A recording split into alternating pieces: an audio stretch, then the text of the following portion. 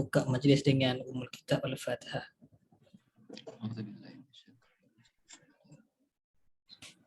Alhamdulillah.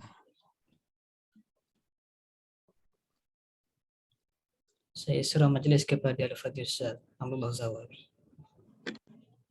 Bismillahirrahmanirrahim. Wassallallahu ala sayyidina Muhammad wa ala alihi washabihi ajma'in. Jadi insya-Allah hari ini kita sambung balik muzakarah kita bagi kitab Itqan As-Sin'ah. Jadi kita akan masuk pembahasan baru. Qala al-musannif rahimahullah wa nafa'ana bihi wa bi'ulumihi fid dharain amin. Al-ulama'u muttafiquna 'ala taqsimil bid'ah. Para ulama itu berittifaq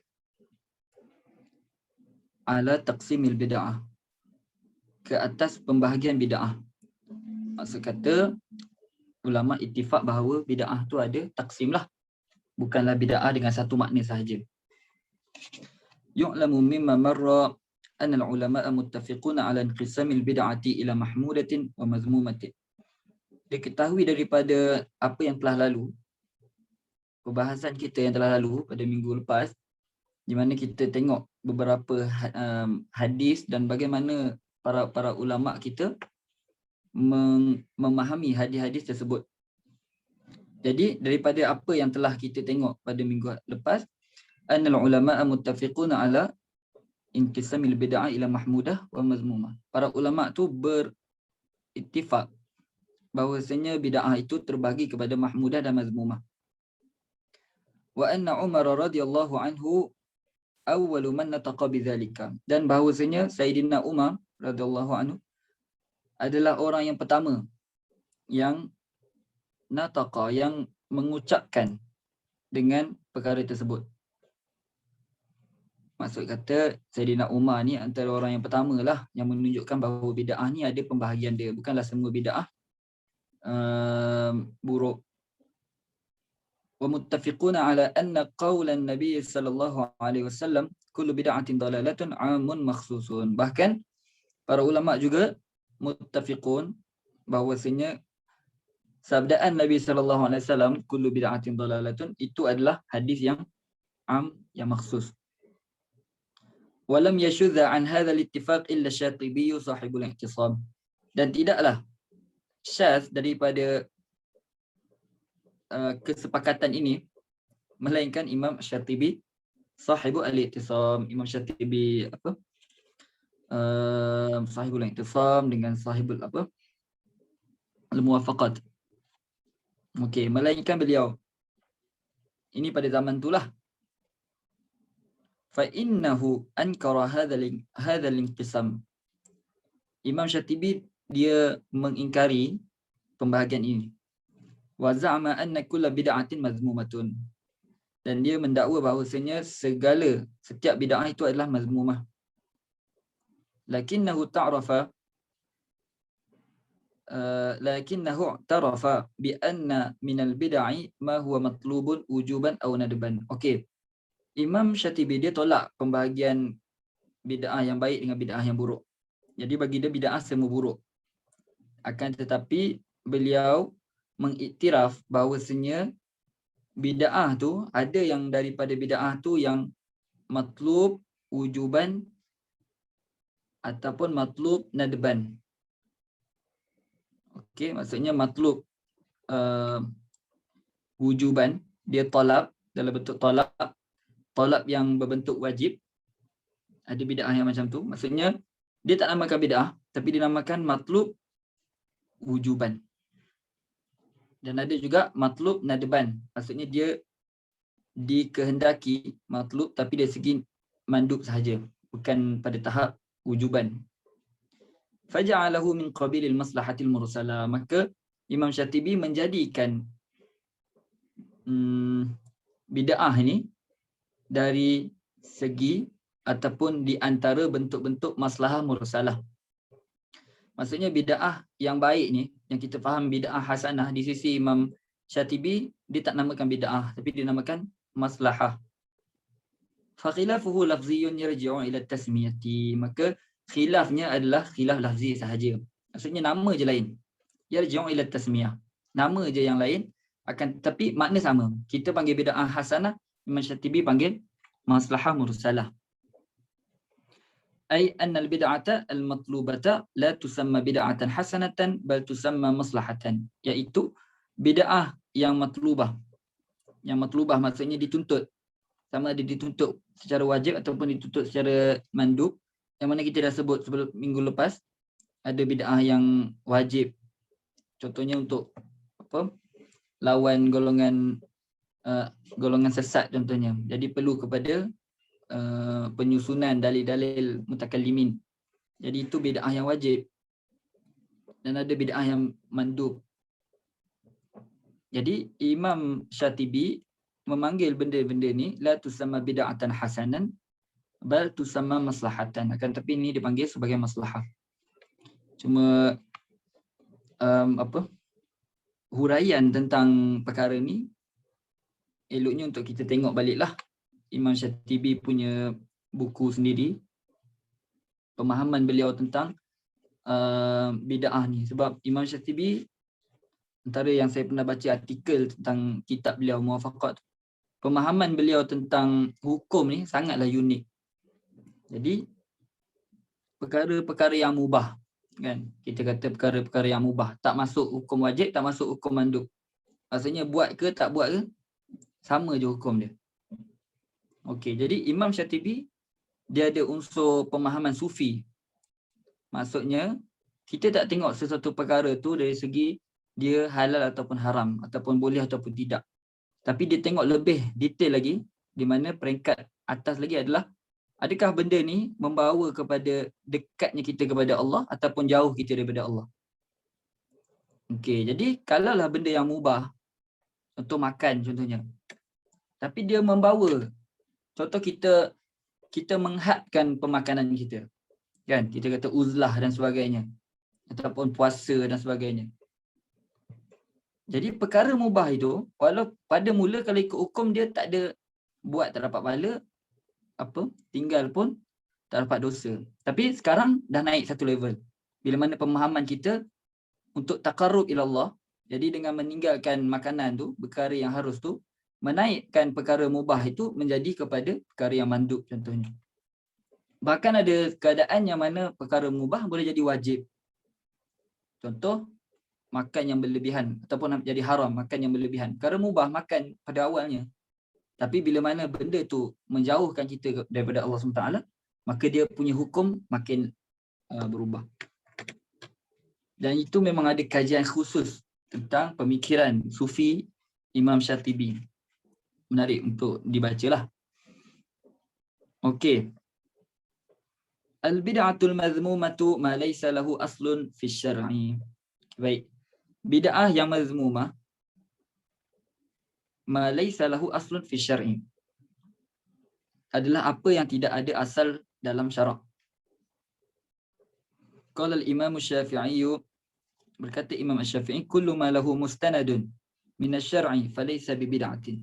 Setiap apa yang baginya mustanad, sandaran daripada syarak, maka dia bukanlah bid'ah. Walau lam ya'mal bihi salaf, meskipun tidak diamalkan oleh salaf. Okey, jadi ini satu perkara yang menarik sebab ada beberapa golongan yang mengatakan salaf tak buat, jadi benda ni bid'ah. Jadi Imam Syafi'i mengatakan di sini, walaupun benda tu tak dilakukan oleh salaf, tapi ada mustanad, ada sandaran daripada asal syarak, maka tak dinamakan bid'ah. Li'anna tarkahum lil'amali bihi, baik, kerana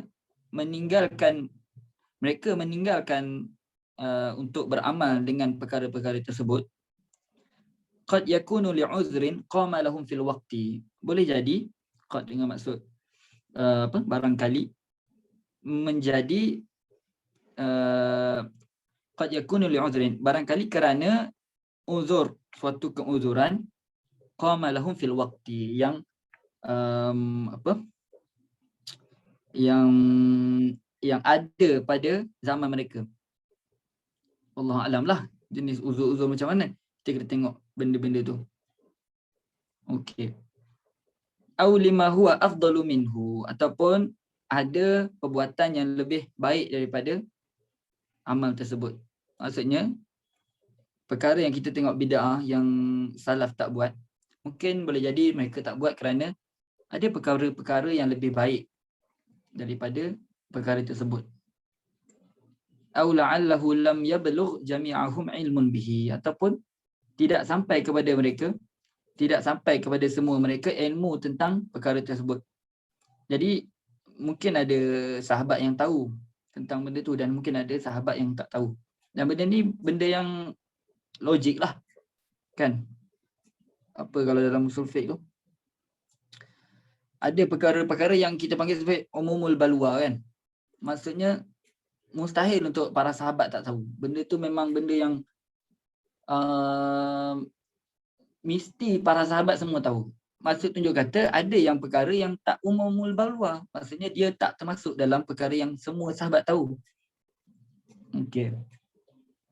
Wa qala al-Imam Ibn Lubbin fi raddi ala man kariha ad-du'a aqba as-salati. Berkata Imam Ibn Lubb. Imam Ibn Lubb ni saya tak ingat, saya dah cari dah dia punya, kalau tak silap dia Maliki. Kalau tak silap saya lah, saya tak ingat. Tadi saya dah cari dah. Nanti kena tengok balik. Fi raddi ala man kariha ad-du'a aqba as-salah. Pada mengrad, membidas mereka yang membenci ataupun memakruhkan membaca doa selepas solat. Jadi beliau berkata, ghayatu ma yastanidu ilaihi munkirud du'a adbar salawati, setinggi-tinggi apa yang bersandar kepadanya mereka yang mengingkari doa selepas solat. Jadi orang kata dalil yang paling kuat pun di sisi mereka ni, anna iltizamahu ala zalikal wajhi lam yakun min amali salafi. Okey, dalil yang paling kuat bahawasanya iltizamnya doa tersebut ataupun iltizam solat dengan doa ala zalikal wajhi, iaitu membaca doa selepas solat tersebut, ala zalikal wajhi, maksudnya baca doa tu tak ada masalah lah, kan? Tapi iltizam doa tersebut dalam waktu yang khusus, iaitu selepas solat. Okey, ini bagi mereka lam yakun min amali salaf, tidak menjadi di antara amalan golongan salaf kita. Wa ala taqdiri sihhati hadha an-naqli. Okey. Jadi Imam Ibn Lubb dia kata, kalaulah kita mengandaikan ala taqdiri sihhati hadha an-naqli, dan atas andaian kesahihan nukilan ini, maksudnya okeylah kalau betul lah golongan salaf tak baca doa selepas solat, fatarku laysa bimujibin li hukmin fi dhalikal matruki illa jawaz at-tarki wa intifa' al-jarhi fihi haraji fihi. Okey, at-tarku, para sahabat meninggalkan perkara tersebut, laisa bimujibin li hukmin, tidaklah mujib dengan maksud al-ba'is ataupun sebab, tidaklah menjadi sebab kepada hukum fi dhalikal matruk, bagi perkara yang ditinggalkan itu. Maksudnya bila mana kita sahabat tinggalkan sesuatu, tak memberi apa-apa hukum kepada apa yang ditinggalkan itu, sama ada wajib amal ke ataupun haram dia amal ke, illa jawazat tarki, melainkan hanyalah hukum jawazat tarki, maksudnya keharusan untuk kita meninggalkan perkara tersebut, wantifa al-haraji fihi, dan penafian untuk kita bersusah-susah dengan benda tu. Maksudnya hukum yang akan keluar daripada at-tark di kalangan salaf tu sama ada perkara tu boleh untuk ditinggalkan, itu pertama. Yang kedua, tak perlu untuk kita bersusah-susah untuk buat benda tu. Maksudnya bukan wajib lah. Nak tinggal pun tak apa, nak buat pun tak apa. Macam tu. Jadi itu je hukum yang keluar daripada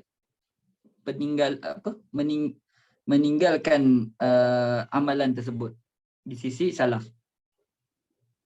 Wa amma tahrimun au lusuku karahiyatin bil matruki fala. Adapun tahrim, pengharaman ataupun lusuku karahiyatin, apa kita kata, lusuk dengan maksud melekat lah. Maksudnya kita lekatkan karahiyah, hukum makruh bil matruk pada perkara yang ditinggalkan tu, fala. Maka ni tak boleh lah. Tak adalah hukum tahrim tu. Wala siyama fi ma lahu aslun jumliyun. Lebih-lebih lagi pada apa yang mempunyai asal jumli. Maksudnya aslun yang ringkas. Contoh macam doa tadi. Dia ada asal. Asal dia doa. Ringkas je. Okey, kita nak khususkan untuk baca lepas solat. Tak ada masalah. Sebab kita ada asal. Asal dia, asal yang jumli. Mutaqarrirun minasyar'i kaddu'ai. Yang mutaqarrir, yang apa, diikrarkan daripada syarak. Seperti mana contohnya doa. Intaha kalam al-Imam Ibn Lub. Waqala Ibn al-Arabi. Okey. Ini pun di antara ulama-ulama faqih mazhab Maliki. Ibn al-Arabi ni antara orang kata apa? Dia faqih. Sebab dia digelar sebagai al-Qadi. Al-Qadi Ibn al-Arabi. Ini bukan Ibn al-Arabi as-Sufi ya. Itu Ibn al-Arabi al-Hatimi. Ini Ibn al-Arabi al-Ma'afiri. Al-Qadi Ibn al-Arabi al-Ma'afiri. Dia qadi, dia faqih, dia juga mutakallim. Beliau mempunyai beberapa karangan lah dalam ilmu kalam, yang mana kitab-kitab beliau ni masih barulah. Saya tak ingat tahun berapa, tapi 2000 ke atas lah baru ditahqiq, dan memang baru sangat. Mungkin dalam 5 tahun lepas baru ada buku-buku beliau dalam bidang ilmu kalam. Ditahqiq di Maghribi lah.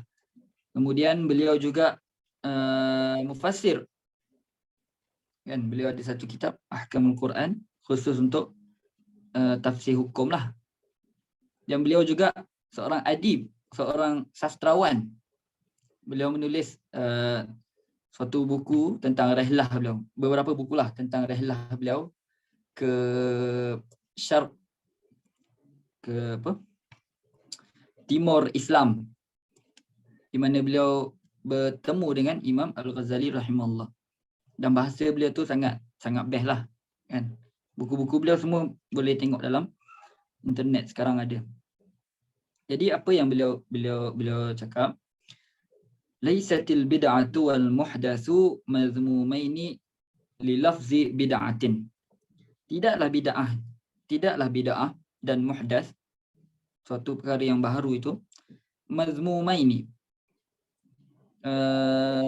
khabar laisat, dicela ataupun mazmumah, yang buruk kerana lafaz bid'ah ataupun muhdats tersebut.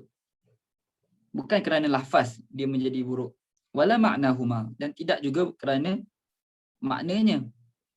Wa innama, akan tetapi, yuzammu minal bid'ati ma khalafa sunnata. Dicela bid'ah itu apa yang bercanggah dengan sunnah. Wa yuzammu minal muhdatsati ma da'a ila dhalalah. Dan dicela daripada muhdatsat, perkara-perkara yang baru itu apa yang membawa kepada dhalalah. Maksudnya bid'ah tak bolehlah kita hukum secara lafaz sahaja ataupun secara makna sahaja. Sebab makna mungkinlah kita boleh kata di sisi syarak, bid'ah tu perkara yang luar daripada yang tidak ada asas syarak. Akan tapi bid'ah yang dicela itu hanyalah apabila dia mengingkari sunnah. Sama jugalah muhdatsat, perkara yang baru pun kita kena tengok dulu, adakah dia ni mengingkari ataupun membawa kepada kesesatan, maka waktu tu dicelalah. Okey, habis. Adillatu takhsisi hadithi kullu bid'atin dalalah. dalil-dalil yang mengkhususkan hadis kullu bid'atin dalalah. Okey, sekarang Syekh Abdullah Siddiq Al-Ghumari beliau akan membawa beberapa hadis yang menunjukkan bahawa hadis kullu bid'atin dalalah itu sebenarnya hadis yang ditaksis. Ada hadis-hadis lain yang boleh mengkhususkan dia. Ad-dalilu lima ittafaqa alaihi al-ulama'u min takhsis hadis kullu bid'atin dalalatun iddatu ahadith. Dalil bagi apa yang telah diittifakkan para ulama min bayaniyah bagi ma tadi 5 daripada apa tu yang menunjukkan bahawa hadis kullu bid'atin dalalah itu ditaksis. Ada beberapa hadis, iddatu ahadith. Al-hadisul awal rawa Muslimun wa Nasa'i wa Ibnu Majah an Jarir bin Abdullah Al-Bajali qala Rasulullah sallallahu alaihi wasallam man sanna fil islami sunnatan hasanatan falahu ajruha wa ajru man amila biha ba'dahu. Barang siapa yang mempelopori di dalam Islam suatu sunnah yang baik, maka baginya pahala sunnah tersebut. Wa ajru man amila biha, bahkan pahala mereka yang kata bid'ah lah, suatu perkara yang baharu, tapi perkara yang baharu tu yang baik, yang ada manfaat, maka dia dapat ganjaran sunnah tersebut, perkara baharu tersebut. Maksudnya perkara itu ada ganjaran. Bahkan siapa yang buat perkara itu dapat ganjaran, dan kita yang mempelopori itu pun dapat ganjaran yang sama. Wa ajru man amila biha ba'dahu min ghairi an yanqusa min ujurihim syai'un. Tanpa berkurang sedikit pun daripada ujurihim, daripada pahala yang didapati oleh orang yang beramal tersebut. Maksudnya kita dapat pahala orang yang beramal tu, dan orang yang beramal tu pahala dia sedikit pun tidak berkurang. Wa man sanna fil islami sunnatan sayyi'atan. Barang siapa yang mempelopori dalam Islam suatu sunnah yang buruk, suatu perbuatan yang buruk, kana alaihi wizruha wa wizru man amila biha ba'dahu. Maka dia akan baginya dosanya, dosa bagi sunnah sayyi'ah tu, dan dosa siapa yang mengamalkannya, min ghairi an yanqusa min awzarihim syai'un, tanpa ada sedikit pun pengurangan dalam dosa orang yang mengamalkan perkara tersebut. Qala Nawawi, baik, berkata Imam Nawawi, fihi, padanya al-hassu 'ala al-ibtida'i bil khairat, baginya gesaan untuk al-ibtida' bil khairat, memulakan dengan kebaikan. Maksudnya kita bermulalah buat baik. Wasanni sunani al-hasanati, al-hassu ala sanni sunani al-hasanati, atau kepada ala tu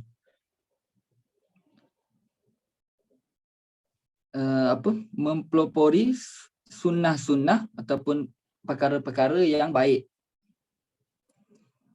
Wat tahdziru, okey, atau kepada al-hassu, fihi al-hassu wat tahdziru. Al-hassu tadi gesaan, tahzir dengan maksud apa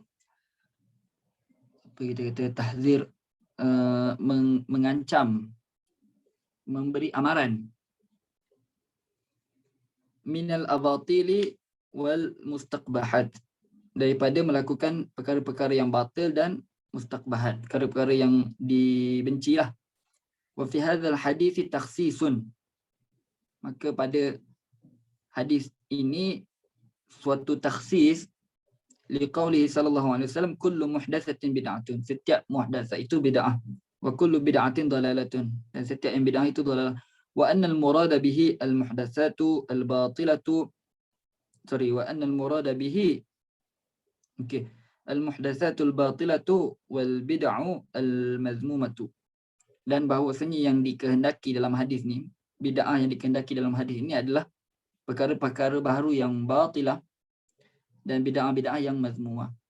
Okey, jadi jelas dekat sini Imam Nawawi sendiri memberi kita jawapan bahawasanya kul dekat situ bid'ah yang dimaksudkan dalam hadis itu adalah bukanlah semua bid'ah, akan tapi yang dimaksudkan hanyalah yang buruk sahaja. Dan hadis man sanna fil Islam ni mentakhsiskan hadis kullu bid'atin dalalah tu. Wa qala as-Sindiyu fi Hasyiyah Ibn Majah, berkata As-Sindi ni selalu dia nisbah kepada ulama-ulama Sin lah, ulama-ulama di India. Di dalam Hasyiyah Ibn Majah, qauluhu sunnatan hasanatan, kata-kata sabdaan Nabi itu sunnatan hasanatan ay tariqatan mardiyatan. Yang dimaksudkan dengan sunnah itu tariqah, jalan yang mardiyah, yang diradai, yuqtada biha, diikuti dengannya. Wa tamyizu bainal hasanati was sayyiati bi muwafaqati usul syar'i wa adamiha.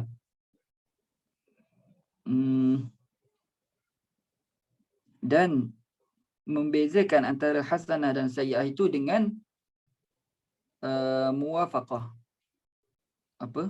menuruti usul syarak dan tidak menuruti usul syarak. Maksudnya pembeza antara hasanah dan sayyi'ah tu tengok sama ada dia tu menuruti usul syarak.